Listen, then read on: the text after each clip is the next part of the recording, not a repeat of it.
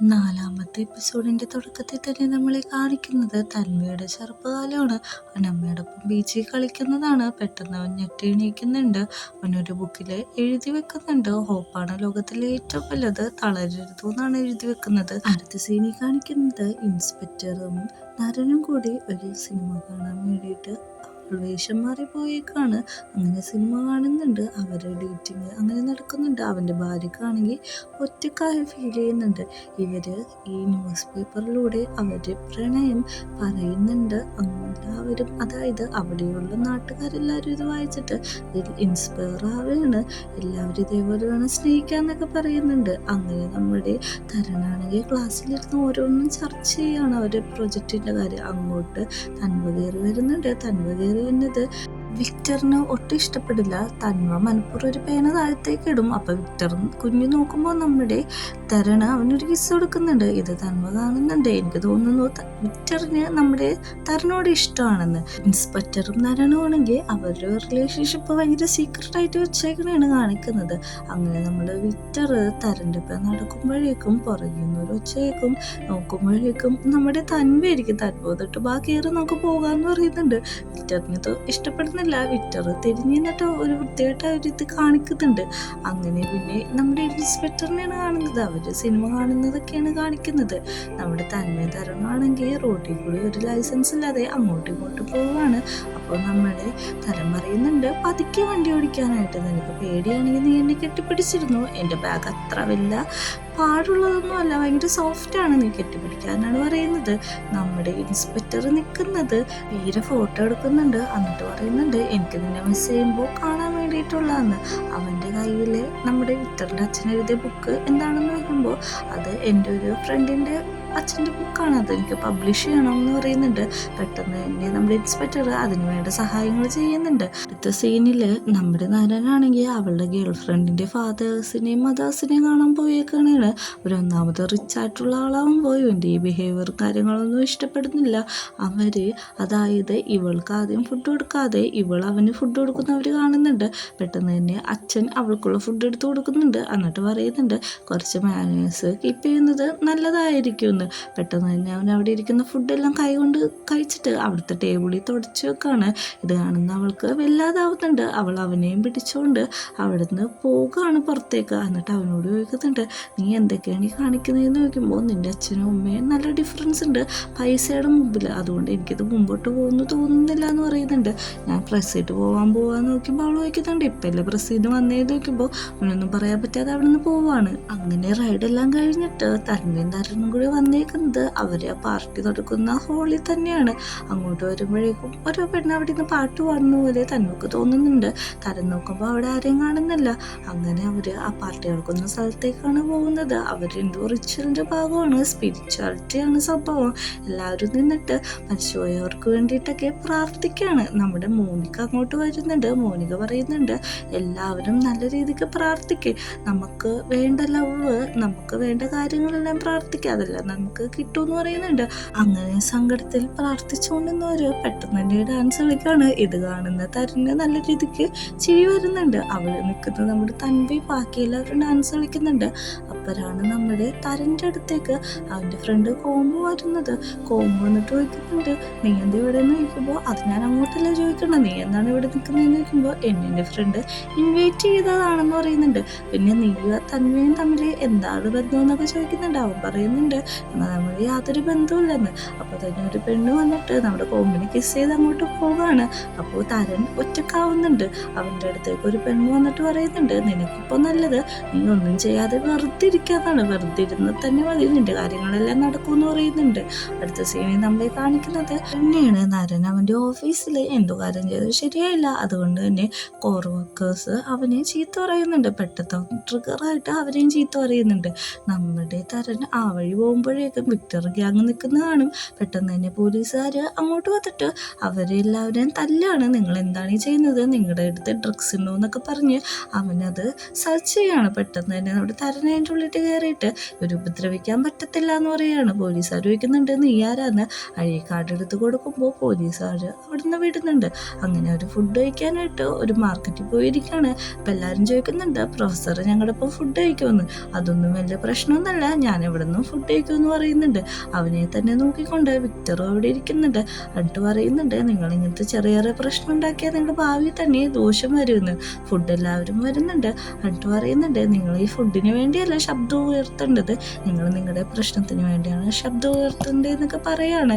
നമ്മുടെ വിക്ടർ ആണെങ്കിൽ ഇവൻ പറയുന്ന കാര്യമെല്ലാം എഗ്രി ചെയ്യുന്നുണ്ട്. ഫ്രണ്ട്സ് ഇത് കാണുന്നുണ്ടെങ്കിലും വിക്ടറിൻ്റെ സ്വഭാവത്തിൽ എന്തോ വ്യത്യാസമുള്ളത് പോലെ കണ്ടിട്ട് അവർ നല്ല രീതിക്ക് നോട്ട് ചെയ്യുന്നുണ്ട്. അവർ പറയുന്നുണ്ട് നമ്മുടെ പൊതുപ്രവർത്തനം നല്ല രീതിക്ക് മുമ്പോട്ട് കൊണ്ടുപോകണം, അല്ലെങ്കിൽ ഇതിന് ഒന്നും പറ്റത്തില്ല എന്ന്. അപ്പോൾ ഫ്രണ്ട്സ് പറയുന്നുണ്ട് ഇപ്പോൾ സംസാരിക്കണ്ട, ഇപ്പം ഇരുന്ന് ഫുഡ് കഴിക്ക്, നമുക്ക് പിന്നെ സംസാരിക്കാമെന്ന് പറയുന്നുണ്ട്.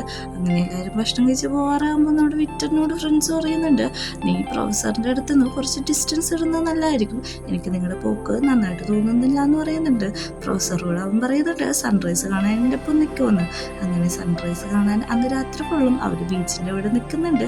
രാവിലെ ആകുമ്പോഴേക്കും പറയുന്നുണ്ട് ഞാൻ ഇത്ര നല്ല സൺറൈസ് ഇവിടെ മാത്രമേ കണ്ടെത്തുള്ളൂ, US എങ്ങനെയാണെന്ന് നോക്കുമ്പോൾ അവിടെ ഡിപ്പെൻസ് ആണ്. ചില ദിവസം ഗ്ലൂമി ആയിരിക്കും, ചില ദിവസം നല്ലതായിരിക്കും, അത് പിന്നെ നമ്മുടെ മൂഡും അനുസരിച്ചിരിക്കും എന്ന് പറയുന്നുണ്ട്. അപ്പോൾ നമ്മുടെ വിക്ടർ പറയുന്നുണ്ട് ഇനി തൊട്ട് ഞാൻ പ്രൊഫസർ എന്ന് പറയില്ല, പ്രൊഫസർ എന്നാ വിളിക്കുള്ളൂ എന്ന് പറയുന്നുണ്ട്. അവൻ പറയുന്നുണ്ട് എനിക്ക് ഇഷ്ടമുള്ളത് എന്താണെന്ന് വെച്ചാൽ വിളിച്ചോളാൻ പറയുന്നുണ്ട്. അപ്പോൾ വിക്ടർ പറയുന്നുണ്ട് നന്ദിയുണ്ട് എന്നെ ഇത്ര നല്ല രീതിക്ക് ടേക്ക് കെയർ ചെയ്യുന്നതിനും എൻ്റെ കാര്യങ്ങളിൽ ഇൻവോൾവ് ചെയ്യുന്നതിനും എന്ന് പറയുന്നുണ്ട്. നമ്മുടെ തരനൊന്നും മിണ്ടുന്നില്ല, ശരിക്കും മാത്രമാണ് ചെയ്യുന്നത്. അങ്ങനെ വിക്ടറിൻ്റെ ഒപ്പം അവൻ്റെ വീട്ടിലേക്ക് വരുന്നുണ്ട്. അവിടെ നിൽക്കുന്ന ആൾക്കാർ കളിയാക്കുന്നുണ്ട് നമ്മുടെ തരുණ ഇത്ര വെൽ ഡ്രസ്ഡ് ആയിട്ടുള്ള ആള് നിൻ്റെ ഫ്രണ്ടാണോ എന്നൊക്കെയാണ് ചോദിക്കുന്നത്. അവിടെ പോസ്റ്റർ ഇതിനെപ്പറ്റിയൊക്കെ ഇൻസ്റ്റായിട്ട് ഒട്ടിച്ചു വെക്കുന്നത് നമ്മുടെ തരുൺ ശ്രദ്ധിക്കുന്നുണ്ട്. പെട്ടെന്ന് തന്നെ അവൻ്റെ ആ ഫ്രണ്ട് വന്നിട്ട് പറയാണ് നീ എന്താണ് ഇന്നലെ രാത്രി ഫുള്ളും ഇങ്ങോട്ട് വരാഞ്ഞത്, നിൻ്റെ അമ്മ എന്തോരം ടെൻഷൻ അടിച്ചെന്നറിയോ, നിൻ്റെ പഠിത്തം ഇങ്ങനെയാണ് പോകുന്നത് എന്നൊക്കെ പറയുന്നുണ്ട്. നമ്മുടെ തരുൺ അവിടെ നിന്ന് പോവുകയാണ്. ആ കളിയാക്കിയവർ പിന്നെ കമൻ്റ് അടിക്കുന്നുണ്ട് ഇത്ര പെട്ടെന്ന് പോവുകയാണോ എന്നൊക്കെ. അടുത്ത സീനിൽ നമ്മുടെ നരനെയാണ് കാണിക്കുന്നത്. അവൻ നമ്മുടെ വിക്ടറിൻ്റെ വീട്ടിൽ വന്നിട്ട് എൻ്റെ ഫ്രണ്ട് ഇതിന് സഹായിച്ചു, അതുകൊണ്ട് ബുക്ക് പെട്ടെന്ന് തന്നെ പബ്ലിഷ് ചെയ്യാൻ പറ്റുമെന്ന് പറയുന്നുണ്ട്. എല്ലാവർക്കും ഒത്തിരി സന്തോഷമാവുന്നുണ്ട്. അങ്ങനെ നമ്മളെ കാണിക്കുന്നത് വീരനെയാണ്. വീര നമ്മുടെ വീട്ടിൽ, അതായത് ഇൻസ്പെക്ടറിൻ്റെ വീട്ടിലിരുന്ന് പടം വരച്ചുകൊണ്ടിരിക്കുകയാണ്.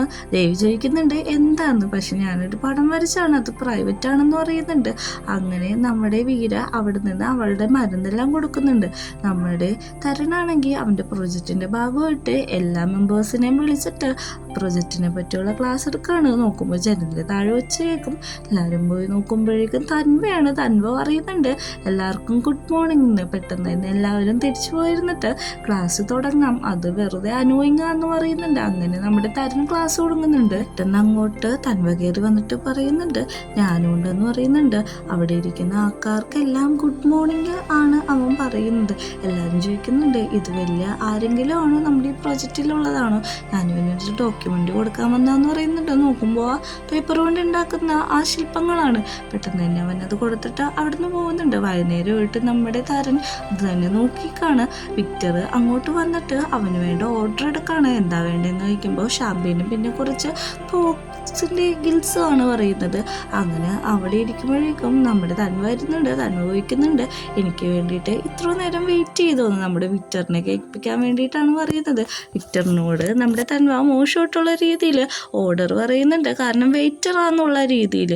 അപ്പോഴേക്കും നമ്മുടെ തരം പറയുന്നുണ്ട് നീ എൻ്റെ ജോലി എടുക്കുന്ന സ്ഥലത്ത് വരരുത്, അതെനിക്ക് ഡിസ്റ്റർബൻ്റ് ആണെന്ന് പറയുന്നുണ്ട്. അവനത് മനസ്സിലാവുന്നുണ്ട്.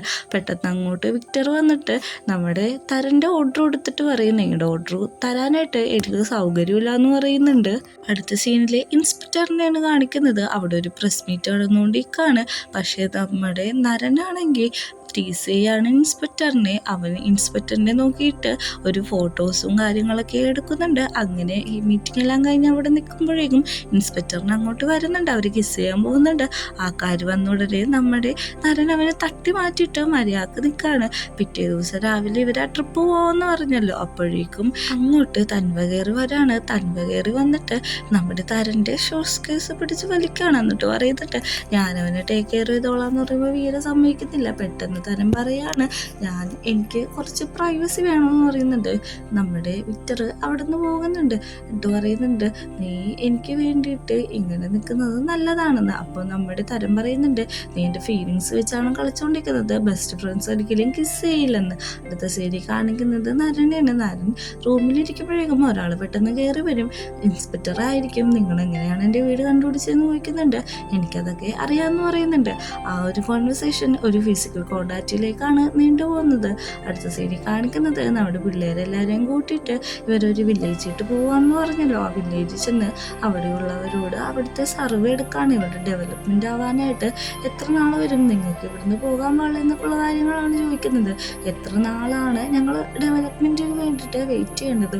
1 വർഷമോ 2 വർഷമോ അല്ലെങ്കിൽ കുറേ വർഷങ്ങളോ? അതായത് ഞങ്ങൾ എങ്ങനെയാണ് ജീവനോട് ഇവിടെ ഉണ്ടാവുക? ഇങ്ങനെയുള്ള കാര്യങ്ങളാണ് ആ നാട്ടിലെ ആൾക്കാർ പറയുന്നത്. അത് ശരിയാണെന്ന് നമ്മുടെ തരുന്നു തോന്നുന്നുണ്ട്.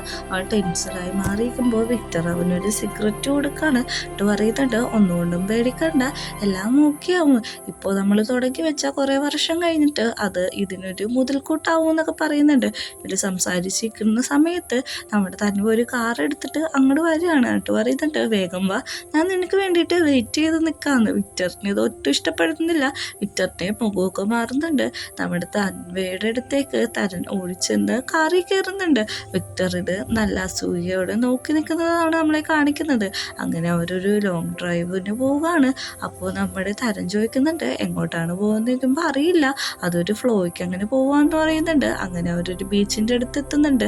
ബീച്ചിൻ്റെ അടുത്ത് എത്തുമ്പോഴേക്ക് നമ്മുടെ തൻവാവിൻ്റെ അമ്മയുടെ കാര്യം പറയാണ്. അമ്മ ചെറുപ്പത്തിൽ എന്നെ നല്ല രീതിക്ക് നോക്കിയായിരുന്നു.